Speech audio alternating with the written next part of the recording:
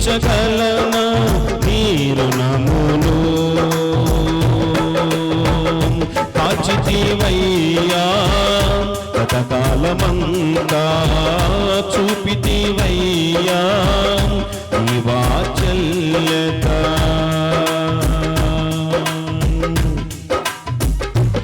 అత్యున్నతుడా ఆరాధ్య దైవమా ఆరాధించేద నా ప్రాణ ప్రియుడా అత్యున్నతుడా ఆరాధ్య దైవమా ఆరాధించేద నా ప్రాణ ప్రియుడా నాకున్న ఆధారం నీవే యేసయ్యా నాకున్న ఆధారం నీవే యేసయ్యా నీ ప్రేమ లేనిదే నే బతుకలేనయ్యా యేసయ్యా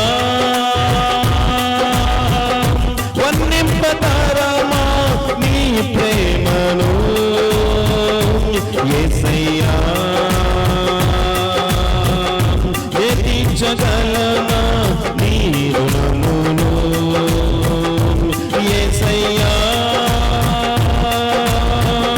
వర్ణింపతరమా నీ ప్రేమను యేసయ్యా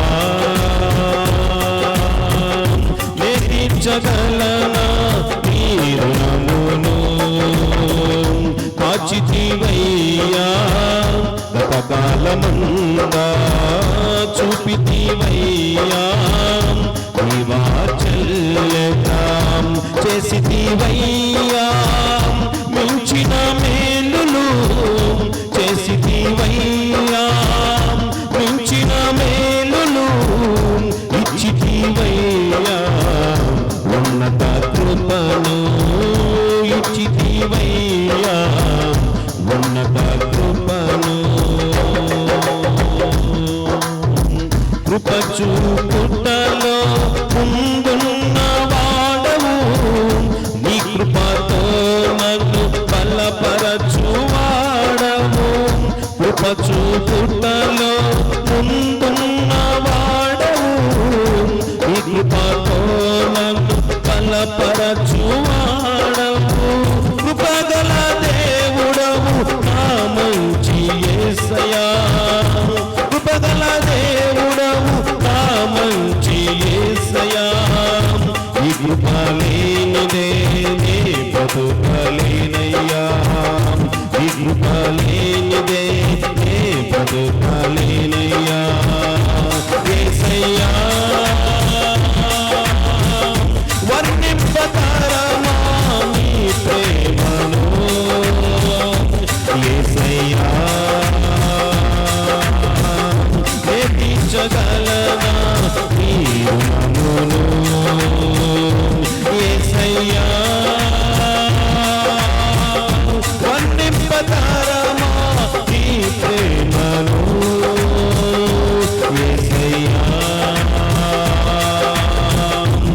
తీర్చగలనా నీ రుణమును కాచితివయ్యా గతకాలమంతా చూపితివయ్యా నీ వాత్సల్యత కాచితివయ్యా గతకాలమంతా చూపితివయ్యా నీ వాత్సల్యత చేసితివయ్యా మించిన మేలులు చేసితివయ్యా మించిన మేలులు ఇచ్చితివయ్యా ఉన్నత కృపను ఇచ్చితివయ్యా ఉన్నత కృపను యేసయ్యా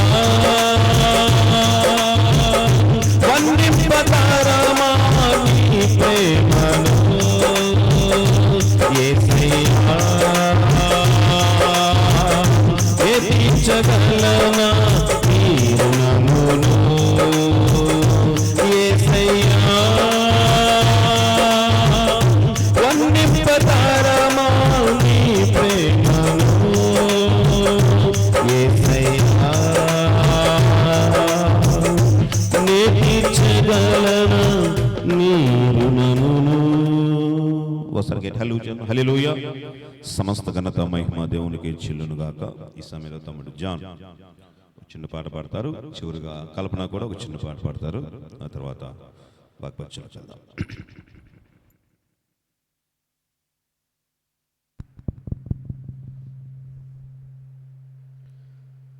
నిన్నే స్తుతింతునయ్యా, నిన్నే సేవింతునయ్యా అనే పాట పాడుకుందాం.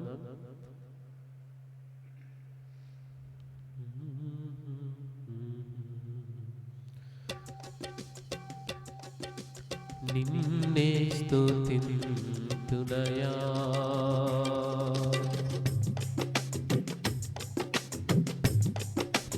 నిన్నే స్తుతింతునయ్యా యేసయ్యా, నిన్నే సేవింతునయ్యా, నిన్నే స్తుతింతునయ్యా యేసయ్యా, నిన్నే సేవింతునయ్యా.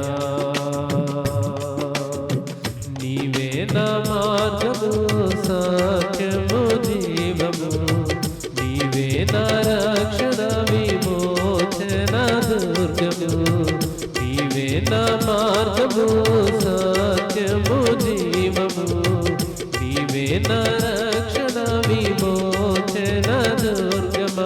నీ సాటి దేవుడు లేడయ్యా ఈ జగమందు, నీలాంటి దేవుడు లేడయ్యా, నీ సాటి దేవుడు లేడయ్యా ఈ జగమందు, నీ సాటి దేవుడు లేడయ్యా. ఆరాధింతును నిన్నే ఆరాధింతును, ఆరాధింతును నిన్నే ఆరాధింతును, ఆరాధింతును నిన్నే ఆరాధింతును, ఆరాధింతును నిన్నే ఆరాధింతును, నిన్నే స్తుతింతునయ్యా యేసయ్యా, నిన్నే సేవింతునయ్యా.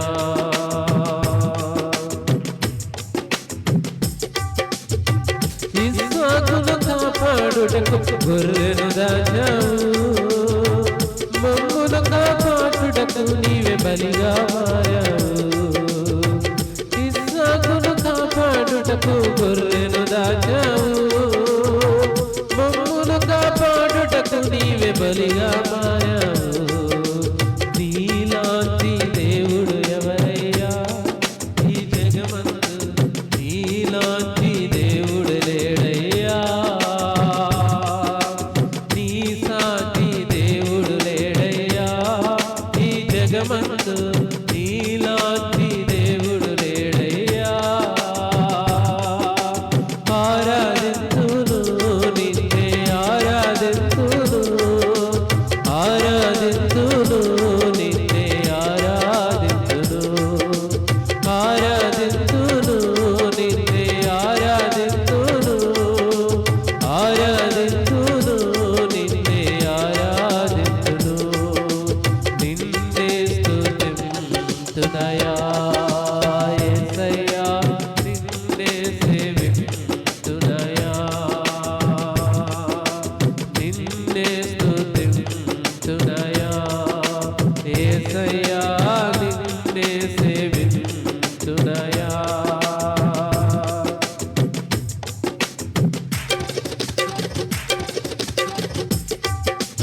నేను వెదకకపోయినా నన్ను వెదకితివి, నే ప్రేమించకపోయినా నాకు ప్రాణం పెట్టితివి. నేను వెదకకపోయినా నన్ను వెదకితివి, నే ప్రేమించకపోయినా నాకు ప్రాణం పెట్టితివి. నీలాంటి దేవుడు ఎవరయ్యా ఈ జగమందు, నీలాంటి దేవుడు లేడయ్యా, నీలాంటి దేవుడు ఎవరయ్యా ఈ జగమందు, నీలాంటి దేవుడు లేడయ్యా. ఆరాధింతును నిన్నే ఆరాధింతును, ఆరాధింతును నిన్నే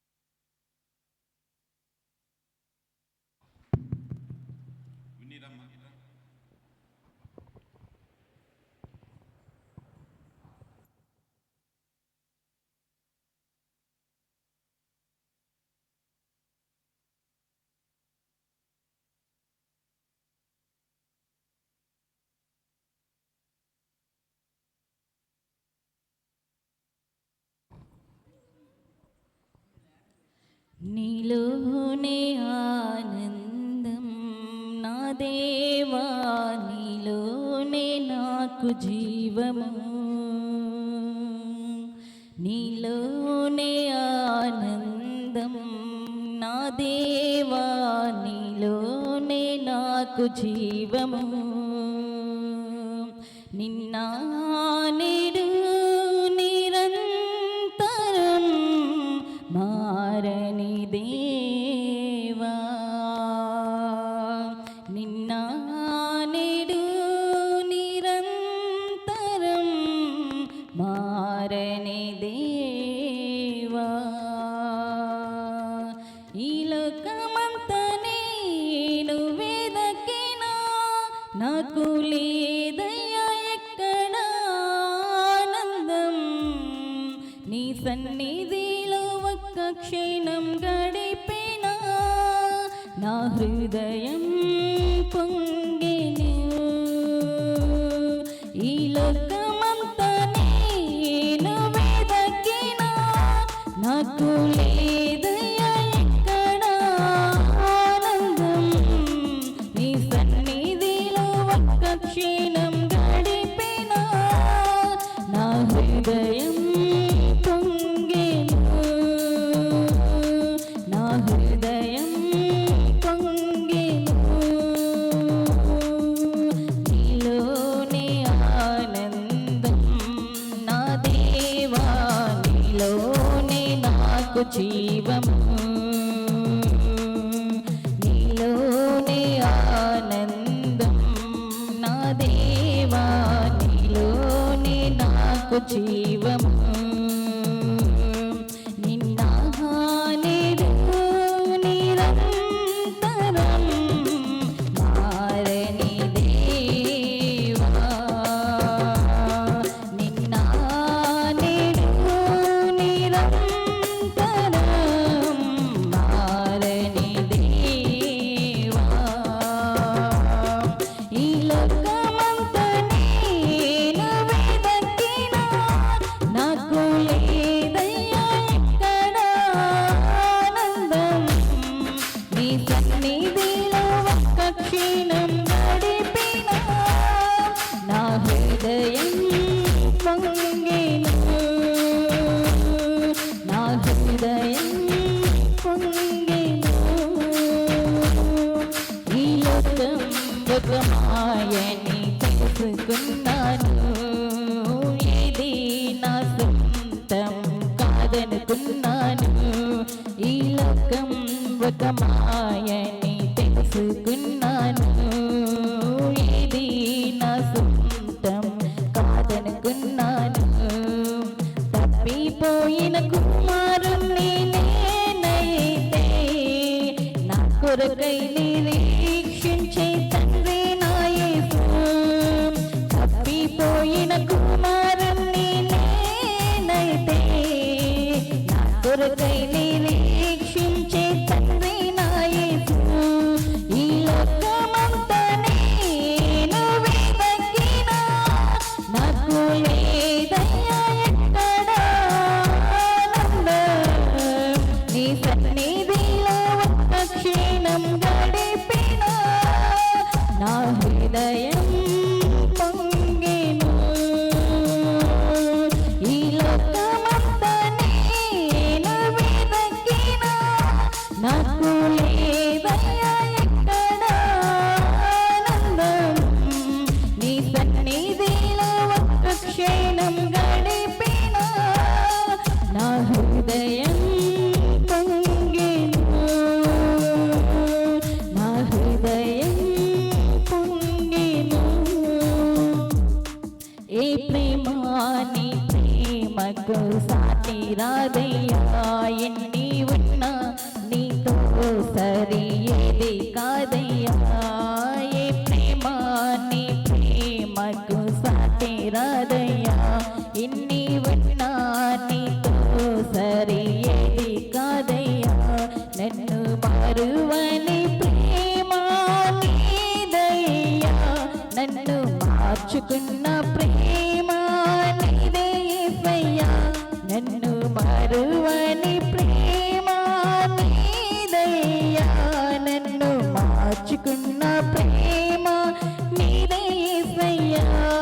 ఈ లోకమంతా నేను వెదకినా నాకు లేదయ్యా ఎక్కడ ఆనందం. నీ సన్నిధిలో ఒక్క క్షణం గడిపినా నా హృదయం పొంగెను. నీలోని ఆనందం నా దేవా, నీలోని నాకు జీవము. నీలోని ఆనందం నా దేవా, నీలోని నాకు జీవము.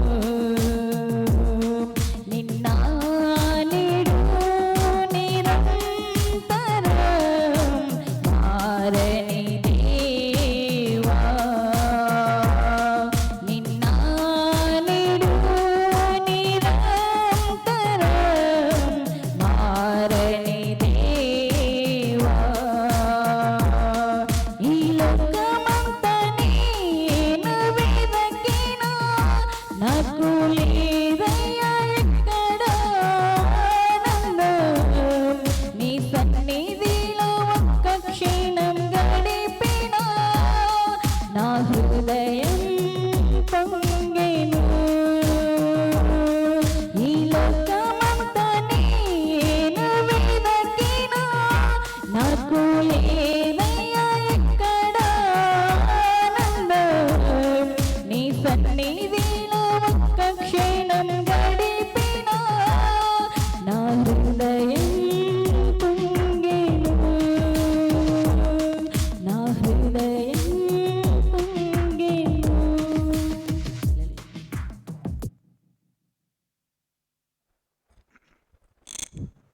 పాటలు పాడినటువంటి సోదర సోదరులకు ప్రత్యేకమైన వందనాలు. అందరు తల వంచండి, కళ్ళు మూసుకునండి. సోదరులు తమ్ముడు నవీన్ వాక్పరిచయం ప్రార్థన చేస్తారు. ఆ తర్వాత తమ్ముడు జాన్ కొద్ది నిమిషాల సేపు వాక్ పరిచయం చేస్తారు. అందరూ శ్రద్ధగా ఆలకించాలని ప్రేమతో మనం చేస్తున్నాం. అందరూ తల వంచి కళ్ళు మూసినట్లయితే ప్రార్థన చేసుకున్నాం. పరిశుద్ధ మా పరమ తండ్రి, మరొక మారి నీకు వందనములు స్తోత్రములు ప్రభా. నీ పాదాలు చెంత చేరి ప్రభా నేను ప్రార్థిస్తూ వినయంతో అడిగి వేడుకుంటున్నాం ప్రభా. మా హృదయంలోని ఆలోచనలంతా కేవలం చెడ్డదిగా ఉన్నప్పుడు ప్రభా నాయన దాన్ని సరిచేయుటకు తండ్రి నేను సక్రమైన మార్గంలో ఉంచుటకు ప్రభా నీ వాక్యం మాకు ఎంతో అవసరమైనది ప్రభా. తండ్రి నీకు దూరస్తులుగా ఉన్నప్పుడు ప్రభా నాయన మాతో మాట్లాడావు ప్రభా. అయ్యా ఇప్పుడైతే ప్రభా నీ సన్నిధికి దగ్గరగా వచ్చి ప్రభా మా హృదయాలను ప్రభా మా చెవులను ప్రభా నీ వైపు తిప్పుకుంటూ ఉంటుంది. మాకు అవసరమైన మాటలతో ప్రభా నాయన అయ్యా తండ్రి మాకు ఏ మాటలైతే అవసరం తండ్రి, ఇటువంటి ప్రభా బోధ మాకు అవసరం తండ్రి, విరిచి పంచిపెట్టబోయే రీతిగా తండ్రి మాకు ఉంచండి ప్రభా. నిలబడి నీ దాసుడు కూడా ప్రభా బహుగా వాడుకోండి ప్రభా నాయన. చక్కగా వాక్యాన్ని వివరించి ప్రభు అందరికి అర్థమయ్యే రీతిగా ప్రభునైనా నీ నోటి పూరగా వాడుకోండి. రక్షకుని విమోచకుని ప్రభు యేసుక్రీస్తు వారి నామములో ప్రార్థించి విడియంతో అడుగుతున్నాం తండ్రి, ఆమేన్. ప్రభునామంలో చేరవచ్చిన మీ అందరికీ నా హృదయపూర్వకమైన వందనాలు తెలియపరుస్తూ ఉన్నాను. ఎఫెసీయులకు రాసిన పత్రిక 5వ అధ్యాయము ఎఫెసీయులకు రాసిన పత్రిక 5వ అధ్యాయము 23 వచన భాగం దగ్గర నుంచి కొన్ని వచనాలు మనం చదువుకుందాం.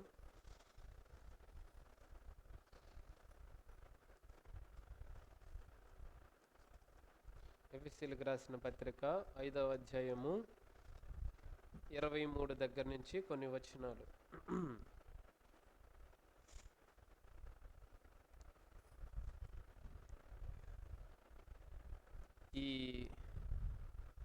ఈ వాక్యం చూసినప్పుడు చాలామంది ఏంది పెళ్లి మెసేజ్ తీసాడు అనుకుంటారు. ఎఫెసీయులకు రాసిన పత్రిక 5వ అధ్యాయం 23 నుంచి 33 దాకా ఇది చాలా అద్భుతమైనటువంటి మెసేజ్ అన్నమాట. కుటుంబానికి అదే వివాహానికి సంబంధించినటువంటి మెసేజ్. సరే చూద్దాం. స్త్రీలరా ప్రభువునకు వలె మీ సొంత పురుషులకు లోబడి ఉండుడి. క్రీస్తు సంఘమునకు శిరస్సై ఉన్నలాగున పురుషుడు భార్యకు శిరస్సై ఉన్నాడు. క్రీస్తే శరీరమునకు రక్షకుడై ఉన్నాడు. సంఘము క్రీస్తునకు లోబడినట్టుగా భార్యలు కూడా ప్రతి విషయములోనూ తమ పురుషులకు లోబడవలెను. పురుషులారా, మీరును మీ భార్యలను ప్రేమించుడి. అటువలే క్రీస్తు కూడా సంఘమును ప్రేమించి అది కలంకమైనను ముడతయైనను అట్టిది మరి ఏదైనను లేక పరిశుద్ధమైనదిగాను నిర్దోషమైనదిగాను మహిమగల సంఘముగాను ఆయన తన ఎదుట దానిని నిలువబెట్టుకొనవలెనని వాక్యముతో ఉదక స్నానము చేత దానిని పవిత్రపరిచి పరిశుద్ధపరచుటకై దాని కొరకు తన్ను తాను అప్పగించుకొనెను. 28వ వచన భాగం. అటువలనే పురుషులు కూడా తమ సొంత శరీరమును వలె తమ భార్యలను ప్రేమింపబద్దులై ఉన్నారు. తన భార్యను ప్రేమించువాడు తన్ను ప్రేమించుకొనుచున్నాడు. తన శరీరమును ద్వేషించిన వాడెవడునూ లేడు, కానీ ప్రతి వాడును దానిని పోషించి సంరక్షించుకొనెను. మనము క్రీస్తు శరీరమునకు అవయములై ఉన్నాము కనుక అలాగే క్రీస్తు కూడా సంఘమును పోషించి సంరక్షించుచున్నాడు. ఈ హేతువు చేత 33వ వచనం చూడండి ఒకసారి. మెట్టుకు మీలో ప్రతి పురుషుడును తనను వలె తన భార్యను ప్రేమింపవలెను. భార్య అయితే తన భర్త యందు భయము కలిగి ఉండునట్లు చూచుకొనవలెను.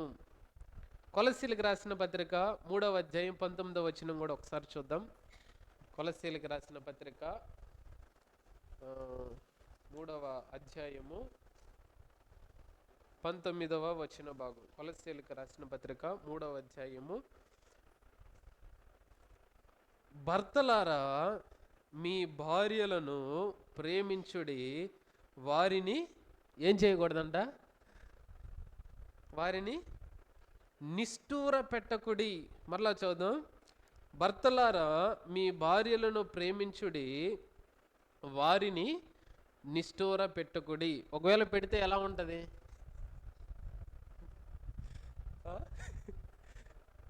అన్నం ఉండదు అనుకుంటా ఆ రోజుకి. ప్రియమైన దేవుని బిడ్డలారా,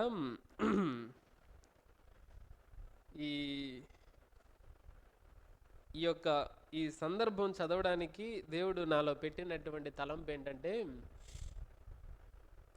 ఈ రోజున పిల్లలు పాడైపోవడానికి ప్రధానమైనటువంటి కారణం ఏంటంటే కుటుంబ వ్యవస్థ బలంగా ఉండకపోవడమే కారణం. మరలా చెప్తున్నాను, జాగ్రత్తగా వినండి.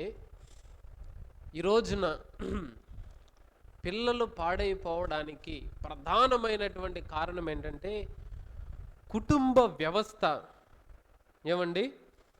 కుటుంబంలో ప్రేమ లేకపోవడమే పిల్లలు పాడవడానికి ప్రధానమైన కారణం. నువ్వు మంచిగా ఉద్యోగం ఉండొచ్చు, అన్నీ సమకూర్చి పెట్టచ్చు, కానీ భార్యాభర్తల మధ్య ఆ ప్రేమ, ఆ అనుబంధం, ఆ ఆప్యాయత, ఆ అనురాగము, అవి కానీ మన పిల్లలకి మనం చూపించలేకపోతే, ప్రియమైన దేవుని బిడ్డలారా, ఆ కుటుంబ వ్యవస్థ అనేది, ఆ పిల్లలు ప్రయోజకులు అవ్వడం అనేది చాలా కష్టం. నేను గుడ్లవల్లేరులో ఒకసారి చెప్పినట్టున్నాను. నేను గుడ్లవల్లేరులో బీటెక్ చదువుకుని నేను ఆ కాలేజీకి వెళ్తున్నటువంటి దినాల్లో మా ఓనర్ ఉన్నారు. ఆమె పంచాయతీ సెక్రటరీ, గ్రేడ్ 1, 1,00,000 పైన జీతం వస్తుంది అప్పుడే. వాళ్ళ ఆయన ఉన్నారు, హస్బెండ్, అతను మండల ఆఫీస్లోనే వెలుగు సీసీగా పనిచేస్తారు. అతనికి ఒక 50,000 వరకు జీతం వస్తుంది. కానీ వాళ్ళిద్దరి మధ్య ఎప్పుడూ సఖ్యత ఉండదు. నేను వెళ్ళిన రూమ్కి వెళ్ళిన మొదట్లో అయితే ఆయన రోకల బండ తీసుకొని తిరుగుతాడు, ఆమె ఇంకా గుడ్లు ప్రదక్షిణ చేస్తారులా కొంతమంది, అలాగ ఇంటి చుట్టూ తీసుకొని తీసుకోవడం, ఆమె పరిగెత్తడం, తీసుకోవడం, వాళ్ళకు కూడా గర్వం. కానీ దేవుని వాక్యం ఇందాక చదువుకున్నట్లు, ఏమండి, భార్యలారా ఏమని చెప్పాడు? మీ భర్తలకు లోబడి యుండి. ఇలాగా వారు యొక్క ప్రవర్తన ఎప్పుడూ సఖ్యత ఉండకూడదు. మరి వారు ప్రభువుని నమ్ముకున్న వాళ్ళే, వాళ్ళిద్దరూ చక్కగా మందిరానికి వచ్చేవాళ్ళే. ఏమండి, ఒకే బండి మీద ప్రయాణం చేస్తారు అందరికీ కనపడేటట్లు, కానీ లోపల గుద్దులాట. వారి యొక్క కుమారుడు ఉన్నాడండి, నాని అని అన్నయ్య, మా సీనియర్, మాతో పాటే వచ్చి పడుకునేవాడు. ఏమండి ప్రియమైన దేవుని బిడ్డలారా, వాళ్ళని చూసి చూసి వాళ్ళ ఇంట్లో అసలు ఉన్నాడు, బయట తిరిగి ఫ్రెండ్స్తో తిరిగితా త్రాగుడికి వ్యసనాలకి బానిస అయిపోయి, తర్వాత కొన్ని దినాల క్రితం, ఒక 1 year క్రితం ఆ బ్రదర్ కూడా పెళ్లి చేసుకున్నాడు. ఇప్పుడు వాళ్ళ అమ్మ నాన్నోళ్ళేం కింద ఉంటారు, వీళ్ళ ఫ్యామిలీ ఏం పైన ఉంటుంది, కుమారుడు కోడలు పైన ఉంటారు. ఇప్పుడు ఏం చేస్తున్నారంటే ఆ అబ్బాయి రోకల మండ తీసుకొని తిరుగుతున్నాడు పైన. కారణం ప్రియమైన దేవుని బిడ్డలారా, తల్లిదండ్రులుగా, ఏమండి తల్లిదండ్రులుగా ప్రేమ అనేటటువంటి ఆ సువాసన పరిమళము ఆ కుటుంబంలో లేదు. దానికి కారణం అది. మొన్న గత వారం మన మధ్యలో ముంబై నుంచి వెంకటేశ్వరన్ వచ్చి ఒక వాక్యం చెప్పారు. యేసుక్రీస్తు ప్రభువుని తాకినటువంటి 3 వ్యక్తుల గురించి చెప్పారు. మొదటి వ్యక్తి ఎవరమ్మా చెప్పండి? మరియా, యేసుక్రీస్తు ప్రభు యొక్క తల్లి అయినటువంటి మరియా. రెండవ వ్యక్తి సుమియోను. అతను వృద్ధాప్యంలో యేసుక్రీస్తు ప్రభువుని 8వ దినాన అలాగ చేతులు ఎత్తుకొని ఉంటాడు. అతడు సజ్జనుడును, అతడు నీతిమంతుడును, అతడు దేవుని యందు భయభక్తులు కలిగినటువంటి వాడు. తర్వాత మూడో వ్యక్తి ఎవరంటే అరిమతయ యోసేపు. అతను యేసు ప్రభు సిలువ మీద ఉన్నప్పుడు, అతను చనిపోయిన తర్వాత పిలాతు యొద్దకు వెళ్ళి నాకు ఇవ్వండి ఆ బాడీని అని చెప్పి తీసుకొని వెళ్ళి సమాధి చేస్తాడు. మరి యేసు ప్రభువుని తాకడానికి అన్నయ్య చెప్పినటువంటి థీమ్ ఏంటంటే అంత పరిశుద్ధంగా, మరియ తన శరీరాన్ని ఆమె యొక్క గర్భంలోనికి యేసు ప్రభువుని తీసుకురావడానికి ఎంత పరిశుద్ధంగా కాపాడుకుంది. మరి సుమియోను తన చేతులతో యేసు ప్రభువుని ఎత్తుకోవడానికి అతను సజ్జనుడిగా, అతడు నీతిమంతుడిగా, దేవుని యందు భయభక్తులు కలిగిన వాడిగా ఉన్నాడు. అదేవిధంగా అరిమతయ యోసేపు కూడా, అతను కూడా భయము కలిగి తెగించి దేవుని కోసం అతను వెళ్ళిన వ్యక్తిగా ఉన్నప్పుడు, మరి ఏమంటే ప్రియమైన దేవుని బిడ్డలారా, ఆ 3 యేసు ప్రభు తాకడానికి అంత పరిశుద్ధత కలిగి ఉంటే, మరి యేసు ప్రభు మన గృహంలోనికి రావాలంటే మన గృహాలు ఎంత పరిశుద్ధంగా ఉండాలి? ఏమండి, యేసు ప్రభు మన యొక్క గృహములోనికి రావాలంటే మన గృహాలు ఎంత పరిశుద్ధంగా ఉండాలి? ప్రేమ అనేటటువంటి సువాసన, ఏమండి అనురాగము, ఆప్యాయతలు అనేటటువంటి సువాసన మరి మన యొక్క గృహాల్లో అవి కనిపిస్తూ ఉన్నాయా? యోహాను రాసిన పత్రిక, యోహాను సువార్త చూద్దాం, 12వ అధ్యాయము. తీయండి సహోదరులారా, యోహాను సువార్త, యోహాను సువార్త 12వ అధ్యాయము 3వ వచన భాగము. యోహాను సువార్త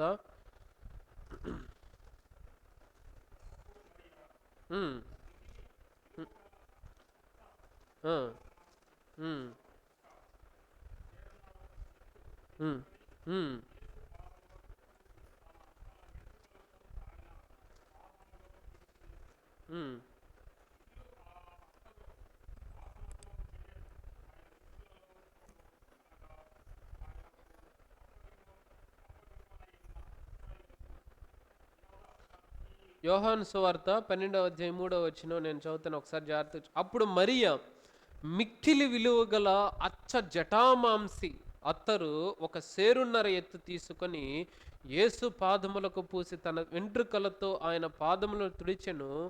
ఇల్లు ఏమైందంట? అత్తరు వాసనతో నిండి ఉండెను. ఏమండి, ఇల్లు ఎలాగా ప్రేమ యేసు ప్రభువుని ఏమండి మన గృహంలోనికి ఆహ్వానించి ఏమండి కన్నీటి అనేటటువంటి అత్తర బుడ్డిని నువ్వు పగలగొట్టి ఆయన పాదములకు తుడిచి ఆయన ప్రేమిస్తూ ఉంటే ప్రియమైన దేవుని బిడ్డ, అక్కడ ఏమొస్తుందంటే సువాసన వెదజల్లుతుంది. ప్రేమ అనేది అసలు ఎక్కడ పుట్టిందంటే ఏమండి, ప్రేమ అనేది ఎక్కడ పుట్టిందంటే బైబిల్లో అది కుటుంబంలో పుట్టింది, అది ఒక గృహంలో పుట్టింది, అది ఒక ఇంటిలో పుట్టింది. ఏమండి, గృహానికి దేవుడు కూడా చాలా ప్రాముఖ్యత ఇచ్చాడు. అంతకుముందు ఏమండి యేసుక్రీస్తు ప్రభువారు ఉన్న దినాలలో ఏమండి ఇలాంటి ప్రార్థనలు ఎక్కడ జరిగాయి చెప్పండి? ఇలాంటి అప్పుడు మందిరాలు లేవు, అప్పుడు స్థలాలు ఆరాధన స్థలాలు లేనప్పుడు ఏమండి ఆదివారము ఏమండి అక్కడ ఉన్నటువంటి విశ్వాసులు ఎక్కడ గ్యాదర్ అయ్యేవాళ్ళంటే వారు గృహాల్లో కూడుకునేవాళ్ళు, ఇంటిలో కూడుకునేవాళ్ళు. తెలుసా?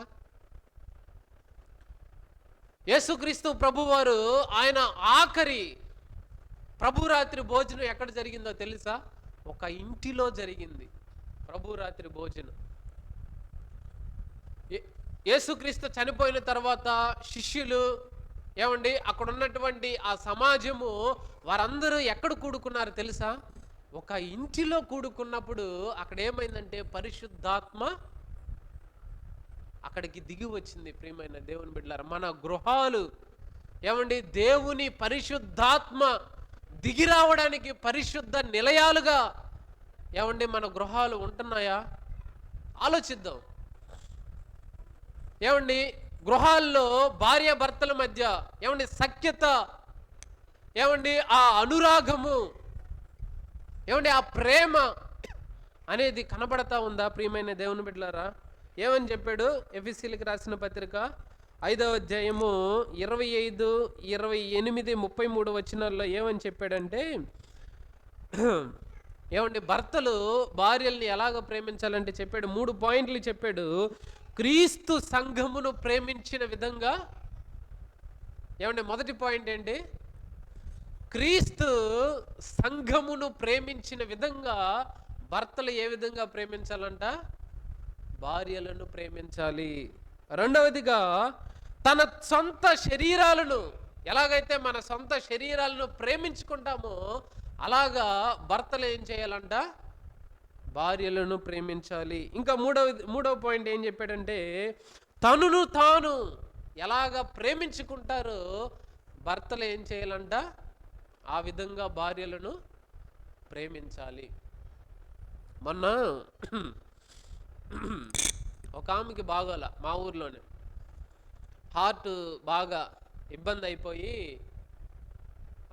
చనిపోయేటటువంటి పరిస్థితి. అర్జెంటుగా ఆటోని పిలిచి ఒంగోలు రిమ్స్ హాస్పిటల్కి పంపించి ఆ డాక్టర్లు అసలు కష్టం, ఆమె బ్రతకదు అని చెప్పారు. వాళ్ళ ఆయన పాపం బాగా ఏడుస్తూ ఉన్నాడు. ఆయన పరిస్థితి కూడా కష్టం, నడవలేని పరిస్థితి, కాలంలో సత్తువు లేదు, నడవలేని చేయలేని పరిస్థితి. ఒక చిన్న పిల్లలు లేరు, మంచి ఏజ్డ్ పర్సన్సే, ఒక చిన్న బాబుని పెంచుకుంటా ఉన్నారు. నేను అతన్ని పరామర్శించడానికి వెళ్ళినప్పుడు మామూలుగా ఏడవట్లా, చిన్నపిల్లడు ఏడ్చినట్టు ఏడుస్తున్నాడు. వాళ్ళ భార్యని, ఆ భార్య చేసినటువంటి అతనికి చేసినటువంటి పరిచర్యని జ్ఞప్తికి తెచ్చుకుంటా, నేను ఆమెను పక్కన నుంచోవడానికి కూడా నేను తగిన వాడిని కాదు అని చెప్తా ఆయన ఏడుస్తూ ఉన్నాడు. 10 సంవత్సరాలు 15 సంవత్సరాల క్రితం మంచి ఆరోగ్యంగా ఉన్నప్పుడు మామూలు కొట్టేవాడు కాదు భార్యని. ఏమండి ఇరగేసేవాడు అనమాట తాగొచ్చి. ఇప్పుడు పరిస్థితి ఎట్లా ఉంది? ప్రియమైన దేవుని బిడ్డలారా, దేవుడి వాక్యం అందుకనే మనకిచ్చింది. భర్తల్ని భార్యలను మీరు ఎలాగ ప్రేమించాలంట? ఏమండి క్రీస్తు ఈ సంఘాన్ని ఎలాగ ప్రేమించాడో మీకు కూడా వస్తాయిలే, ఆగండి, ఫస్ట్ భర్తలకు నడుస్తుంది. ఏమండి క్రీస్తు సంఘాన్ని ఎంత ఏమండి మిక్కటముగా మనం ఎన్ని పొరపాట్లు చేసినా, ఎన్ని తప్పులు చేసినా, ఎంత ఏమంటే అవిధేయతగా మనం జీవించిన క్రీస్తు ఆ సంఘాన్ని ఏ విధంగా అయితే ప్రేమిస్తూ మనల్ని ఆదరిస్తూ మనల్ని ఉన్నాడో అలాగా భర్తలు భార్యలను ప్రేమించాలి. తనను తాను ఎలాగ ప్రేమించుకుంటున్నాడో అలాగా భర్తలు భార్యను ప్రేమించాలి. ఏమంటే తన శరీరాన్ని ఎంత జాగ్రత్తగా కాపాడుకుంటూ, నొప్పి తగిలితే నొప్పి దగ్గరికి వెళ్ళి పట్టుకుంటామా, కాలిపోతుందని ఎంత జాగ్రత్తగా మన శరీరాన్ని మనం కాపాడుకుంటామో అలాగా మనం ఏం చేయాలంటే భార్యలను కాపాడాలి, భార్యలను ప్రేమించాలి అని చెప్తూ, ప్రియమైన దేవుని బిడ్డలారా, భార్యలను నిష్ఠూర పెట్టకుడి ఇంకొక చోట రాస్తా ఉన్నాడు. కొలస్సీలకు రాసిన పత్రిక 3వ అధ్యాయము 19వ వచన భాగంలో ఏమండి వాళ్ళని ప్రేమించాలని చెప్పాడు. అలాగే ఏమండి భార్యలు కూడా ఏమండి గొనుగుడు ఉండకూడదు. ఏమండి భర్త పట్ల అతను కష్టపడి లేకపోతే పని చేసి కుటుంబాన్ని అతని మీద బాధ్యతలు ఉన్నప్పుడు భార్యగా నువ్వేం చేయాలంటే అతనిని నువ్వు అర్థం చేసుకునేటటువంటి మనసు నువ్వు కలిగి ఉండాలి. కుటుంబంగా నేను ఒక మాట చెప్తాను, పిల్లలు కలిగిన తరువాత భార్యాభర్తలైనటువంటి మీ ప్రార్థన, భార్యాభర్తలుగా మీరు చేసేటటువంటి ప్రార్థన మీ పిల్లల చెవులను పడనివ్వండి. అది ఆశీర్వాదకరం వాళ్ళకి. ఏమండి పెళ్ళైన దగ్గర నుంచి భార్యగా ఏమంటే భర్తగా మీరిద్దరు పిల్లల్ని కూర్చోబెట్టుకొని ఎవరైనా కుటుంబ ప్రార్థన చేసుకుంటున్నారా? ఇక్కడ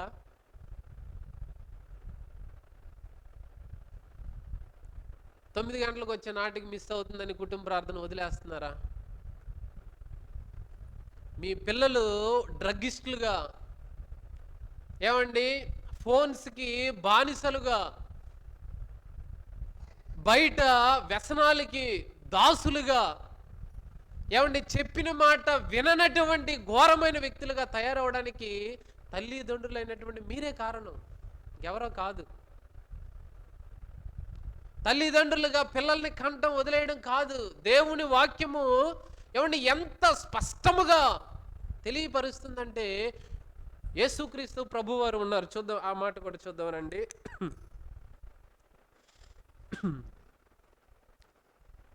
యేసుక్రీస్తు ప్రభువారు పలికినటువంటి 3వ మాట యోహాను సువార్త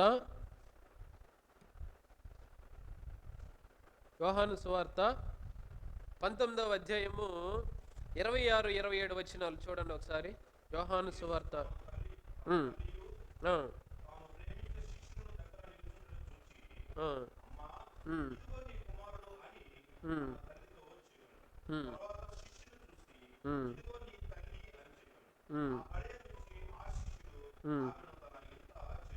ఓకే.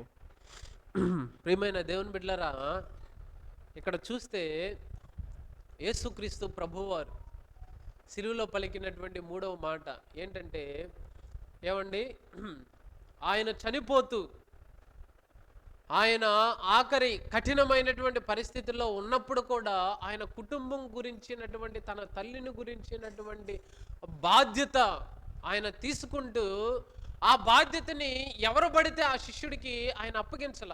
చెప్పచ్చు మరీతో, అమ్మ పలానా పేతురు ఉన్నాడు ఆయన దగ్గరికి వెళ్ళి చెప్పచ్చు అని చెప్పచ్చు, కానీ ఆయన చెప్పకుండా యేసుక్రీస్తు ప్రభు యొక్క ప్రియ శిష్యుడైనటువంటి యోహానికి ఆ బాధ్యతను అప్పగించాడు. ఎందుకో తెలుసా, అక్కడ 12 మంది శిష్యులుంటే 11 మంది యేసు ప్రభుని వదిలిపెట్టి వెళ్ళిపోయారు.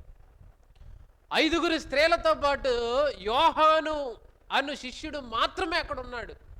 ఒకవేళ యేసుక్రీస్తు ప్రభువారు ఆ బాధ్యతను, తల్లి బాధ్యతను ఏ పేతురుకో లేకపోతే అక్కడున్న వేరే వాళ్ళకి అప్పగించారనుకో, తల్లి కష్ట పరిస్థితుల్లో ఉన్నప్పుడు ఆ శిష్యులు ఒకవేళ వదిలిపెట్టేస్తారేమోనని చెప్పి యేసుక్రీస్తు ప్రభువారు ఏం చేశాడంటే ఆ బాధ్యతను, తన తల్లి బాధ్యతను యోహానుకు అప్పగించాడు. దానికి కారణం ఒక భక్తుడు రాశాడు, యోసేపు, మరియా భర్త అయినటువంటి యోసేపు, ప్రియమైన దేవుని బిడ్డలారా, పెళ్ళికి కాకముందు మరియని ఎంత ప్రేమించాడో పెళ్ళైన తర్వాత కూడా అంతే ప్రేమతో వారిద్దరు జీవనాన్ని కొనసాగించాడు. మరియా ఏమండి గర్భాన్ని ధరించింది.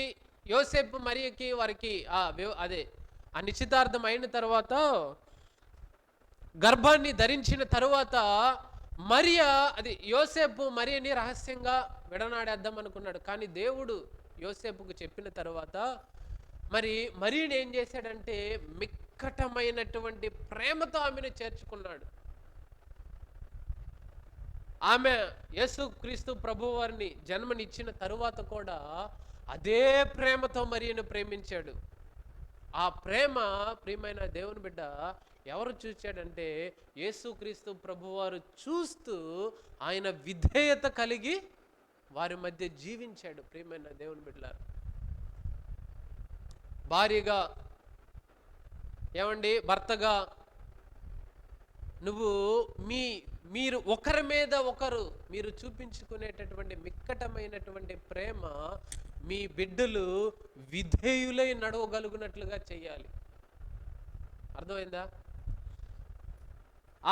ఆ వ్యభిచారంలో పట్టబడినటువంటి ఆ స్త్రీ ఏం చేసిందంటే ఏమండి, ఆ జటామాంసి అయినటువంటి ఒక అత్తరు సీసాన్ని తీసుకొని వచ్చి యేసు ప్రభు యొక్క పాదముల యొద్ద పగలగొట్టి దానికి పూచినప్పుడు ప్రియమైన దేవుని బిడ్డలారా, ఆ కుటుంబం ఎలాగ నింపబడింది? ప్రేమ అనేటటువంటి సువాసనతో నింపబడింది. పిల్లలను కూర్చోబెట్టుకొని ఏమండి పడుకునేటప్పుడు కానీ, మీరు నడిచేటప్పుడు కానీ, లేకపోతే దేవుడు మీ జీవితంలో చేసినటువంటి గొప్ప కార్యాలు మీ పిల్లలకు మీరు వివరించాలి, చెప్పాలి. అయ్యా, నా పరిస్థితి గత కాలములో, గత కొన్ని సంవత్సరాల క్రితం నేను ఇలాగ ఉండేవాడిని, నేను దేవుణ్ణి నమ్ముకోవడం బట్టి దేవుడు మనల్ని, మన కుటుంబాన్ని ఇలాగ అంచెలంచెలుగా దేవుడు తీసుకొని వచ్చాడు అని నువ్వు చెప్పకపోతే వాళ్ళకి ఎలా తెలుస్తుంది? ఏమండి, మా కుటుంబంలో మా అమ్మ మా నాన్న మాకు చెప్పేవాళ్ళు అయ్యా మన పరిస్థితి ఇది, మన కుటుంబ జీవితం ఇది, మన జీవన విధానం ఇది. దేవుడు మనల్ని గత 35 సంవత్సరాల నుంచి మనం యెహోవానిస్సి ప్రార్థనా మందిరానికి మనం నమ్మకంగా వెళ్తున్నాం. వర్షాలు వచ్చినా మనం వెళ్ళేవాళ్ళం, అంతకుముందు నడిచి వచ్చేవాళ్ళం, తర్వాత సైకిల్ ఇచ్చాడు దేవుడు, తర్వాత ఇప్పుడు బళ్ళు మీద వస్తూ ఉన్నాం. ఏ వారం కూడా ఏదో కఠినమైన పరిస్థితులు, ఏదో అనారోగ్య పరిస్థితులు, రాలేని పరిస్థితులు తప్పితే మేము ఎప్పుడు కూడా ఆదివారపు ఆరాధన మేము మానలేదయ్యా అని చెప్పి మాకు నేర్పించారు. పిల్లలుగా మమ్మల్ని ఎత్తుకొని సైకిల్ మీద తీసుకొని వాళ్ళు కిలోమీటర్లు దూరమైన ఇక్కడ మందిరానికి వారు తీసుకొని వచ్చారు.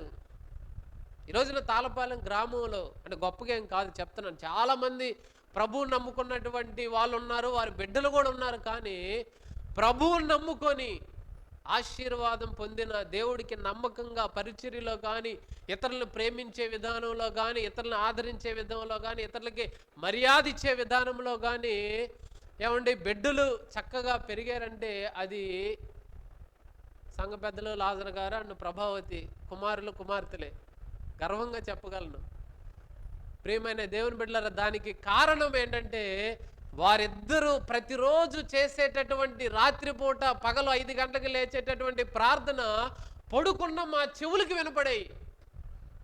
అది అరే మా తల్లిదండ్రులు ఇలాంటి వాళ్ళ, ఏమండి ఇలాగా వారు ఉన్నారా? వారి ప్రేమతో వారు చెప్పేటటువంటి మాటలు, దేవుడు వారి జీవితంలో చేసినటువంటి గొప్ప కార్యాలు మాకు చెప్పినప్పుడు మా హృదయంలో ఏమని పండి అంటే ముద్రలు, ఏమంటే దేవుని ఎడల విశ్వాసపు అడుగులు మేము కూడా వెయ్యాలి, దేవుడు కొరకు మేము కూడా ముందుకు నడవాలి అనేటటువంటి విశ్వాసపు అడుగులు ఏమండి మాకు అబ్బాయి. దానికి కారణం ప్రియమైన దేవుని బిడ్డలారా, ఏమండి వారి ఎడల ఉన్నటువంటి, వారు చూపించేటటువంటి ఏమండి ఆప్యాయత, ప్రేమ. కుటుంబంలో ప్రేమ ఉందా? ఏమండి యేసుక్రీస్తు ప్రభువు వారు మన కుటుంబంలోనికి రావాలంటే ఏముండాలంటే ప్రేమ, ఆప్యాయత, అనురాగం అనేది ఈ రోజున అది కరువైపోతుంది కుటుంబాల్లో. ప్రమాణాలు చేస్తాం బాగానే, ఇప్పుడు చాలామంది మొన్న పెళ్ళయింది కదా, ఒక 4 సంవత్సరాల తర్వాత చెప్పి మెసేజ్ అంటారేమో.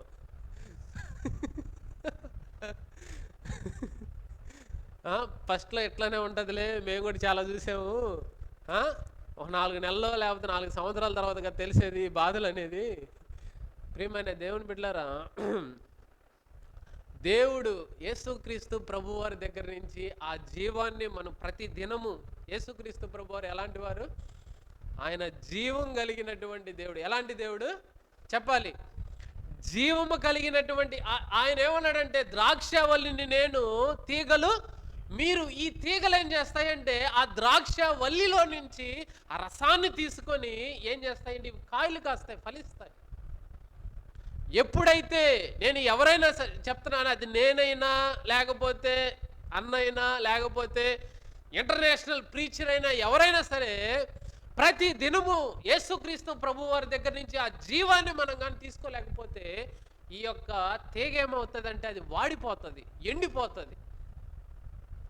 యేసుక్రీస్తు ప్రభువారి దగ్గర నుంచి ఆ ప్రార్థన నీలో ఉన్నటువంటి ఏమండి ఆ పొరపాటుల్ని ఆయన దగ్గర పడి, ఆయన పాదాల యొద్ద పడి ప్రతిదినం నువ్వు పశ్చాత్తాప పడలేకపోతే, ప్రియమైన దేవుని బిడ్డలారా, మీరు అపర ప్రేమికులైనా సరే ఆ ప్రేమ కొన్ని దినాలకి ఏమవుతుందంటే వాడిపోతుంది. సాతాను వచ్చేస్తాడు, గలిబిలి పెట్టేస్తాడు. ఎందుకంటే నువ్వు వాక్యం దగ్గర నుంచి దూరంగా వెళ్ళిపోతావు కాబట్టి ప్రియమైన దేవుని బిడ్డలారా, ప్రతి దినము మీరు ఎలా ఉండాలంట? మిక్కటమైన ప్రేమ కలిగి ఉండాలి. ఒకరి ఎడల ఒకరు అనురాగము కలిగి ఉండాలి.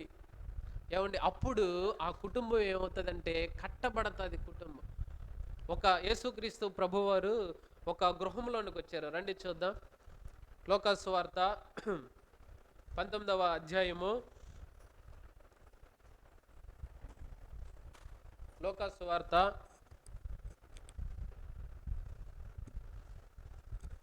సువార్త 19వ అధ్యాయం మీరు చూసినట్లయితే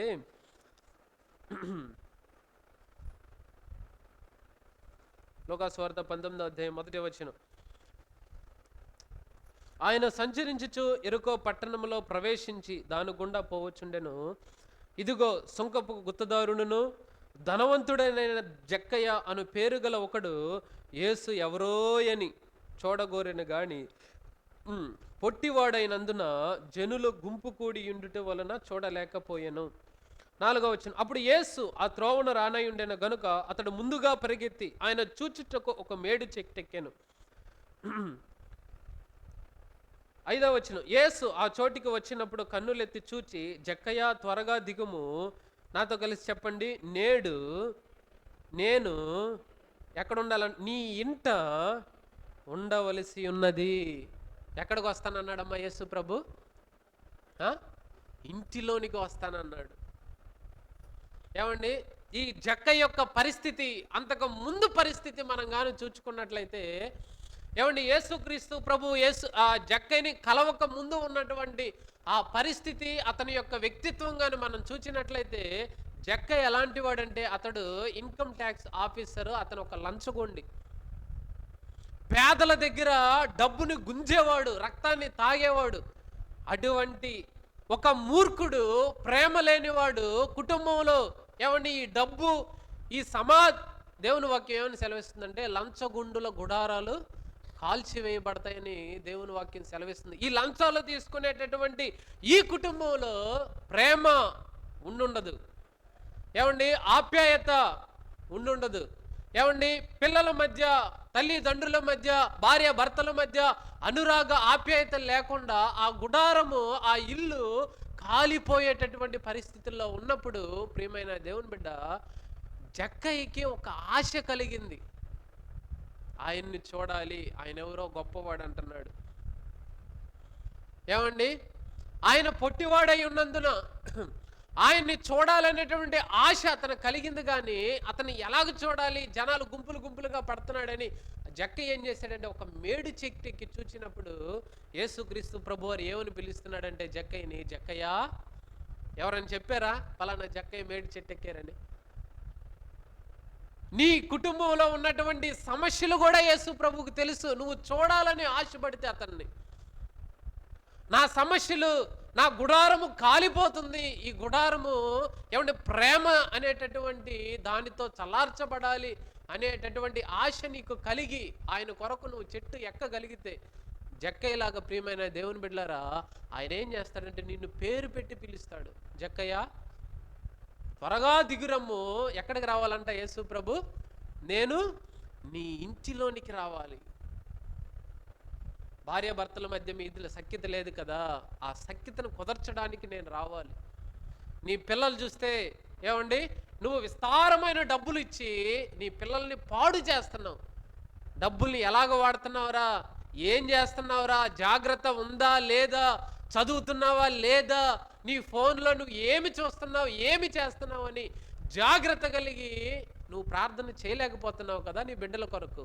నీ బిడ్డల్ని బాగు చేయడం కొరకు నేనేం చేయాలంటే నీ ఇంటిలోనికి రావాలి అని పిలిచినప్పుడు ప్రియమైన దేవుని బిడ్డలారా, ఏమండి, యేసుక్రీస్తు ప్రభువారు ఆ ఇంటిలోనికి రాగానే ఆ ఇంట్లో ఏమొచ్చింది? సమాధానం వచ్చింది. ఆ కుటుంబానికి ఏమొచ్చింది? రక్షణ వచ్చింది. మన యేసుక్రీస్తు ప్రభువారు ఎలాంటి వాడంటే ప్రియమైన దేవుని బిడ్డ, ఆయన చిత్రమైనటువంటి కార్యాలు చేసేటటువంటి దేవుడు. ఏమండి, విచిత్రమైనటువంటి కార్యాలు, సమాధానం లేకపోయినా వారు ఎలాంటి వారైనా సరే ఆయన మార్చగలిగినటువంటి దేవుడు మన యేసుక్రీస్తు ప్రభువారు. దెయ్యాలతో పట్టబడి మార్కు సువార్తలో మీరు చూసినప్పుడు ఏ గ్రామం అన్నది? మార్కు సువార్తలో అతను ఒక యవనస్తుడు దెయ్యాలతో పట్టబడి అక్కడ కేకలు వేస్తా ఉన్నప్పుడు, ఏ ఊరది? గెరాసేనుల దేశంలో ఏమండి ఆ యవనస్తుడు ఏమండి బట్టలు చింపుకొని దెయ్యాలతో పట్టబడి ఎవరు ఆ రోడ్డు మీదకి వస్తున్నప్పుడు ఎవరు సాధు చేయలేనటువంటి పరిస్థితుల్లో, తల్లిదండ్రులు కూడా వదిలేసినటువంటి పరిస్థితుల్లో, అతని యొక్క జీవితం అగమ్యగోచరముగా ఉన్నటువంటి పరిస్థితుల్లో యేసుక్రీస్తు ప్రభువారు అక్కడికి వచ్చి ఏం చేశాడు? ఏమండి అతన్ని స్వస్థపరిచాడు. ఆ యవ్వనస్తుడు యేసు ప్రభు యొక్క పాదాల దగ్గర కూర్చొని ప్రార్థన చేయడం చూసి అక్కడున్న వాళ్ళంతా ఏం చేశారంట? ఆశ్చర్యపోయారంట. మన దేవుడు, ప్రియమైన దేవుని బిడ్డ, ఆయన విచిత్రమైనటువంటి కార్యాలు చేసేటటువంటి దేవుడు. పాట కూడా ఒకటి ఉంది కదా, చిత్రాల వాడే. అందరు కలిసి పాడండి. మన యేసయ్యా చాలా చిత్రాల గలవాడే, చిత్రాల వాడే, మన యేసయ్యా చాలా చిత్రాల వాడే. కుంటి గుడ్డి రోగులను స్వస్థపరచు దేవుడంట, కుంటి గుడ్డి రోగులను స్వస్థపరచు దేవుడంట, దయగలవాడమ్మో ఈ జగమున లేడమ్మో, అమ్మమ్మమ్మమ్మో దయగలవాడమ్మో ఈ జగమున లేడమ్మో. చిత్రాల వాడే, మన యేసయ్యా చాలా చిత్రాల వాడే, మన యేసయ్యా. తిమోతి పౌలు తీతుకు రాస్తా కూడా ఒక మాట రాస్తాడు. రండి ఆ మాట నేను చూపించి ముగిస్తాను. తీతుకు రాసిన పత్రిక 2వ అధ్యాయము 4వ వచన భాగం. తీతుకు రాసిన పత్రిక అక్కడ ఒక చక్కటి మాట పౌలు తీతుకు రాస్తూ సంఘానికి నువ్వు చేయవలసినటువంటి హెచ్చరిక గురించి అక్కడ పౌలు తీతుకు రాస్తాడు. తీతుకు రాసిన పత్రిక 2వ అధ్యాయము 4వ వచన భాగం. 4 లేదు 3, 5 కలిసి ఉంటాయి. నేను చదువుతాను, జాగ్రత్తగా చూడండి. తీతుకు రాసిన పత్రిక క్రొత్త నిబంధన 197 పేజీ 2వ అధ్యాయం 3వ వచనం దగ్గర నేను చదువుతాను. అలాగుననే వృద్ధ స్త్రీలు కొండె కత్తులను మిగులో మద్యపాన శక్తులనై ఉండక ప్రవర్తన యందు భయభక్తులు గలవారై ఉండవలెనని దేవుని వాక్యము దూషింపబడకుండునట్లు. చూడండి ఈ మాట చూడండి, దేవుని వాక్యము దూషింపబడకుండునట్లు యవ్వన స్త్రీలు ఎలా ఉండాలంటే ఇక్కడ హెచ్చరిస్తూ ఉన్నాడు. యవ్వన స్త్రీలు తమ భర్తలకు లోబడి ఉండి తమ భర్తలను శిశువులను ప్రేమించువారును స్వస్థ బుద్ధి గలవారును పవిత్రులను ఇంట ఉండి పని చేసుకుని వారును మంచివారునై ఉండవలెనని బుద్ధి చెప్పుచు మంచి ఉపదేశము చేయువారునై ఉండవలెననియు బోధించుము.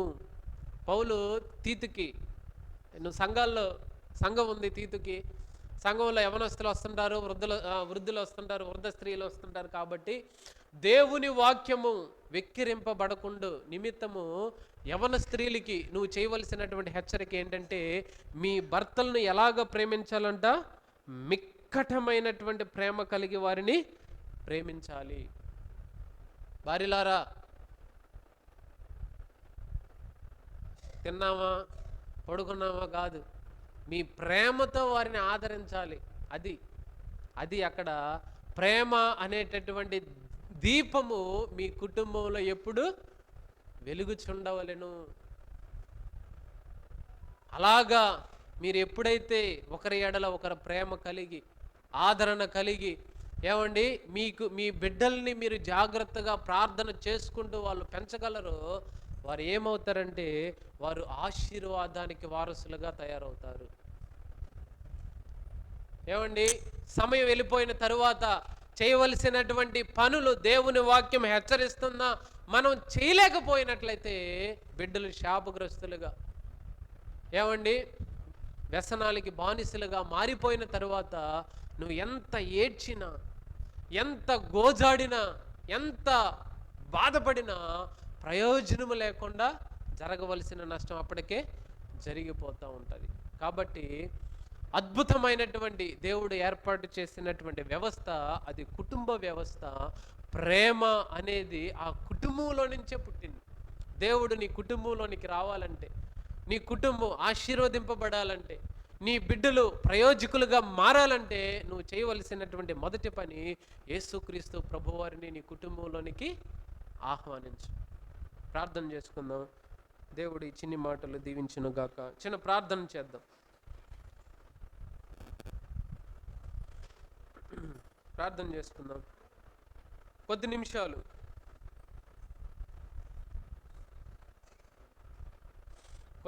ప్రార్థన చేద్దామండి. ప్రార్థన చేసుకుందాం. దయగలిగిన ప్రభువా, ప్రేమ నమ్మకం కలిగిన మా యొక్క ప్రియ పరలోకపు తండ్రి, పరిశుద్ధుడా, నీ బలమైన ఘనమైన శ్రేష్టమైన నామానికి నీకు స్తోత్రాలు చెల్లిస్తూ ఉన్నాం. నా ప్రభువా, నా దేవా, మీరు విచిత్రమైనటువంటి కార్యాలు చేసేటటువంటి దేవుడు నాయన.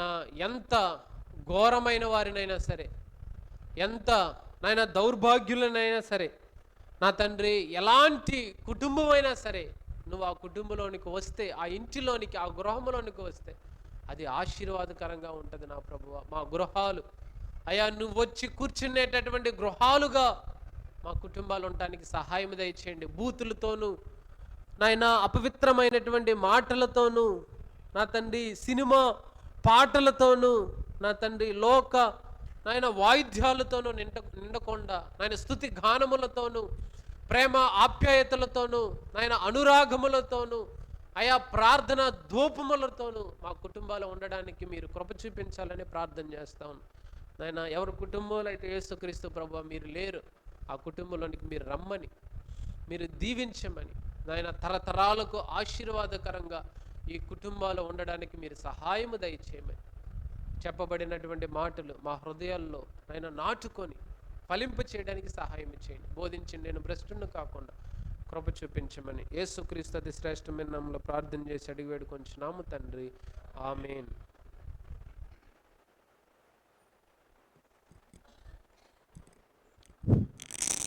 చక్కని మాటలు మనము ఆలకించాం. తమ్ముడు ఈ వాక్యం చెప్తుంటే ఈరోజు నాకు పరిపూర్ణంగా అనిపించింది. ఎందుకంటే ఒక భర్తగా తన బాధ్యత నిర్వర్తిస్తూ తమ్ముడు చక్కని వాక్య సందేశాన్ని అందించాడు. ఇలాంటి సందేశమే ఒక దైవజనుడు చెప్తా ఉన్నప్పుడు ఒక ఆయన సడన్గా మధ్యలో లేచాడంట, చాలా కోపంగా లేచాడంట. ఇంటి దగ్గర తగాదు పెట్టుకొని వచ్చాడేమో భార్య మీద.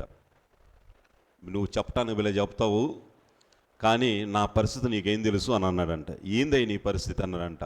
నా భార్య పెళ్లి చూపులప్పుడు మళ్ళీ తెగలాగా నాకు కనిపించింది, తర్వాత చూస్తే కరెంటు తెగలాగా కనిపిస్తుంది, నాకు పొట్టుకుంటే కాలుతుంది, మేమేం చేయాలయ్యా అని చెప్పారంట. నువ్వు చెప్పడానికి బాగా చెప్తావు అన్నాడంట.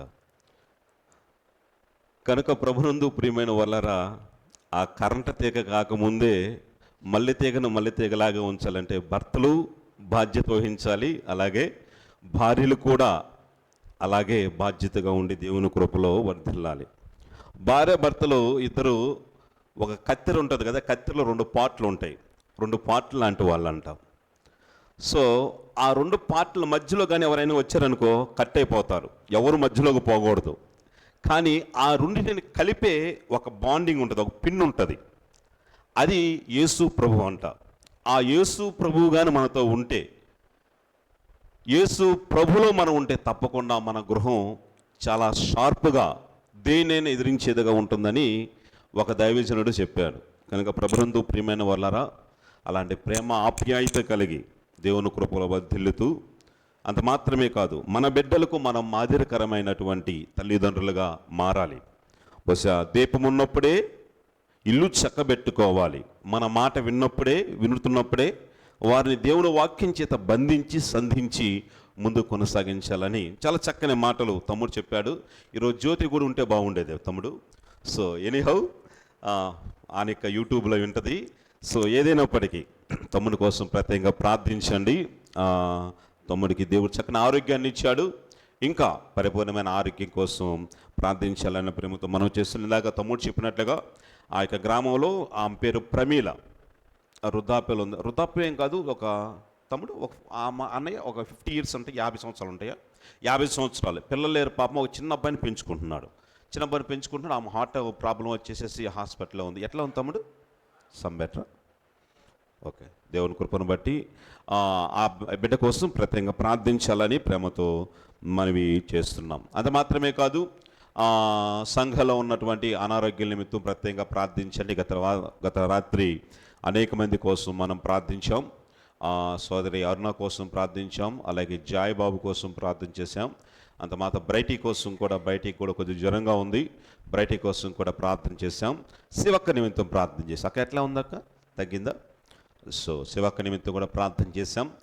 వీళ్ళందరి కోసం ప్రత్యేకంగా ప్రార్థన చేయండి. మీరందరూ కష్టపడుతున్నారు, ఉదయాన్నే వెళ్ళేసి సాయంత్రం 7-8 గంటలకు వస్తున్నారు. దేవుడు క్షేమాన్ని అనుగ్రహించాలని మీరు తప్పకుండా ప్రార్థన చేస్తున్నాం.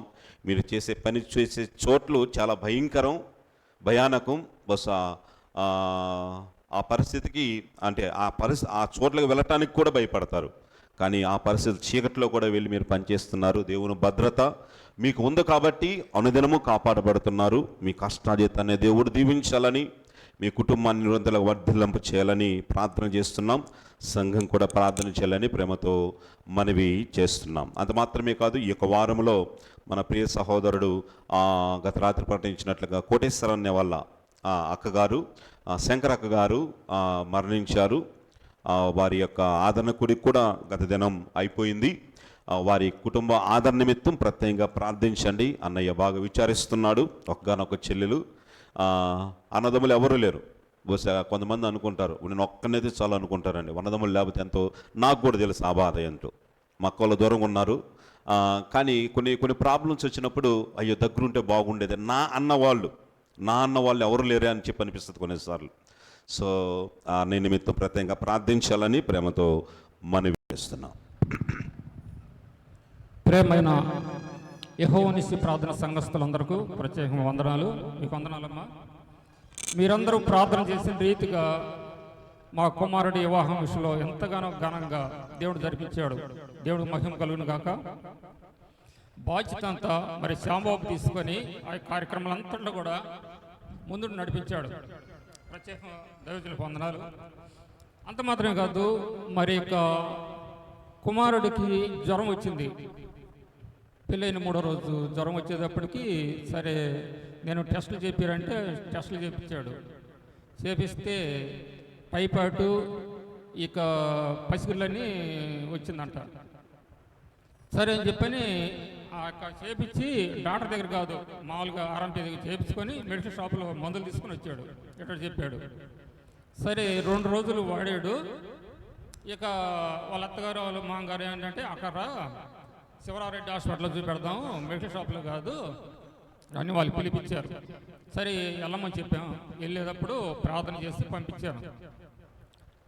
ఏమన్నానంటే మరి దేవుడు అద్భుతంగా జరిపించాలి ప్రభువా, టెస్ట్లో ఏమీ లేదు అని డాక్టరు మంచి శుభవార్త చెప్పాలా అని చెప్పి ప్రార్థన చేసి పంపించాం. అక్కడికి వెళ్ళిన తర్వాత దేవుడు అద్భుతంగా టెస్టుల్లో ఏమీ లేదు అని వచ్చింది. 2 రోజులకి దేవుడు అద్భుతమైన కార్యం జరిపించాడు. ఆమేన్.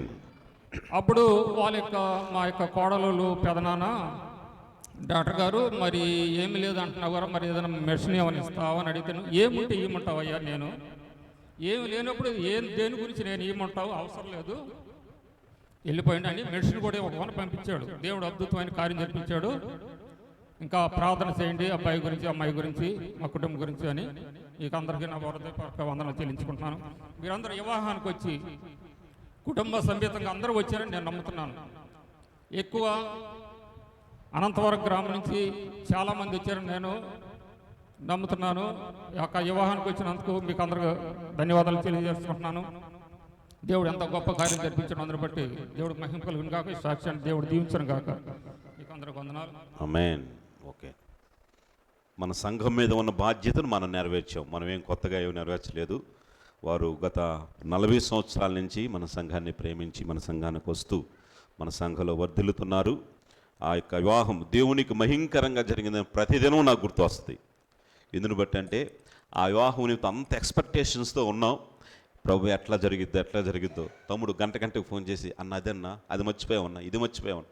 తమ్ముడు ఏం కాదులే తమ్ముడు, నువ్వు పెళ్ళికి 2 రోజుల ముందు నుంచి నువ్వు అన్కాన్షియస్లోకి వెళ్ళిపోయి అసలు నువ్వేం మాట్లాడొద్దు, మేము మొత్తం చూసుకుంటామని చెప్పాం. కాదన్నా, అదన్నా, ఇదన్నా అని చెప్పి అన్ని దేవుడు క్షేమంగా, అంత మాత్రమే కాదు దేవునికి మహిమకరంగా జరిగించాడు.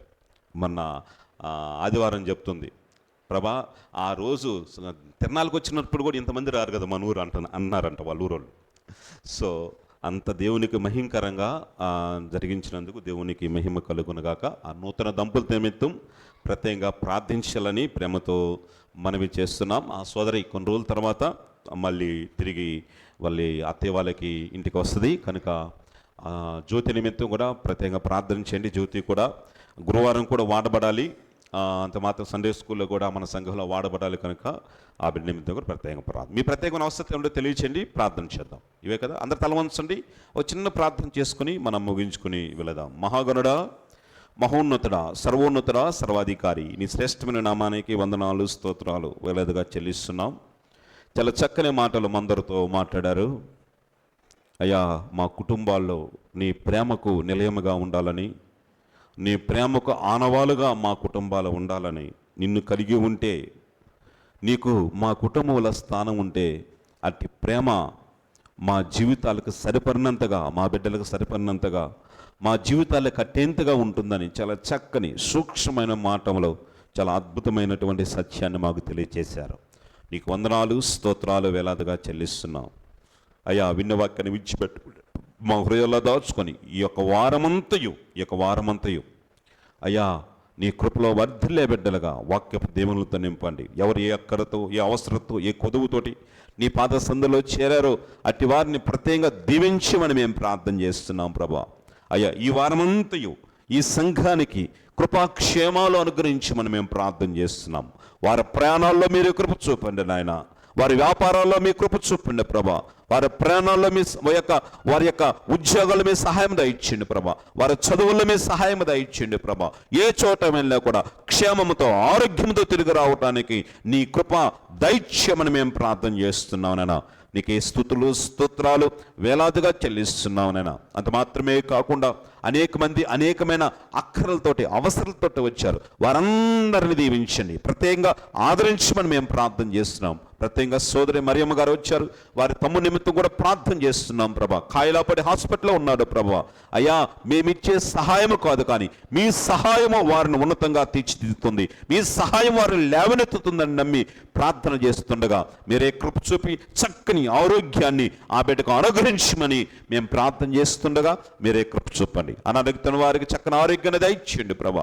ఈ వారమంతయు కృపాక్షేమాలు ఆ బిడ్డకు అనుగ్రహించమని మేము ప్రార్థన చేస్తుండగా మీరే కృప చూపండి. వచ్చిన ప్రతి ఒక్కరు ప్రత్యేకమైన దేవులతో నింపి పంపమని యేసయ్య నామములో ప్రార్థించి స్తుతించి అడిగి వేడుకుంటున్నాం తండ్రి. Amen amen. అంత మాత్రమే కాదు, సోదరి జ్యోతిమ్మ గారు,